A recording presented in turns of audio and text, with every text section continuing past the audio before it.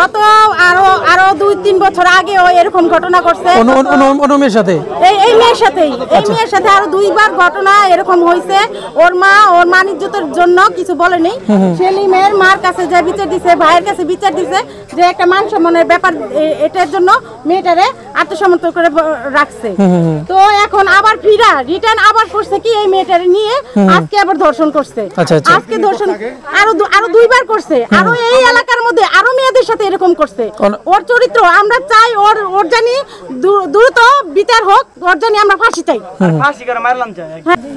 এই পুরুষটা অনেক খারাপ, আরো 3টা মেয়ের মুনাফমান অপদস্থ করছে স্যার। বিচার আচার হয়েছে, টাকা জরিমানা 1 লাখ দিছে। ওখানে আবার নাবালক মেরে ধর্ষণ করছে আজকে দিনের 12টা বাজে। আরো রিপোর্ট আছে স্যার। এই মেয়ের লোক আর 3 বছর হয়েছে, মেয়ে কয় না শর্মে আজকে মেয়ে করে দিছে। তো ছোট ছোট বাচ্চারা দেখো না কতটা পর্ব হয়েছে তুলা স্যার, বুঝছেন? আর কতদিন বিচার হয়েছে কোনো বলার বার। ওর বড় ভাই আছে না, ওদের একটা বাচ্চা আছে, ওই বাচ্চারা কয়েক তোর 200 টাকা তুই ভাগ যা। আর বড় ভাই ওরকম কাছে ছেড়ে গেছে। এখানে জুশিল নামে যে ছেলেটা ওই পড়ায় অনেকদিন ধরে মেয়েদের উপর অত্যাচার নির্যাতন চালাইছে পড়ায়। আজকে অনেকদিন পর ওই ধরা গেছে। তো আমাদের এখানকার মেয়েরা ওর জ্বালায় ঠিক মতো ঘুমাইতে পারে নাই, ওই খুব অত্যাচার করছে ওকে। আমরা সবাই মিলে, আমাদের এলাকার মানুষ সবাই মিলে ওর ফাঁসি চাই, দূরত্বর জানি ওর ফাঁসি হয়ে যায়।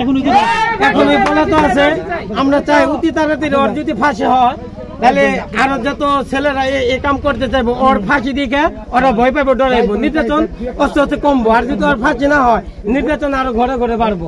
ইনশাল্লাহ আমরা সবাই কি চাই? ফাঁসি চাই।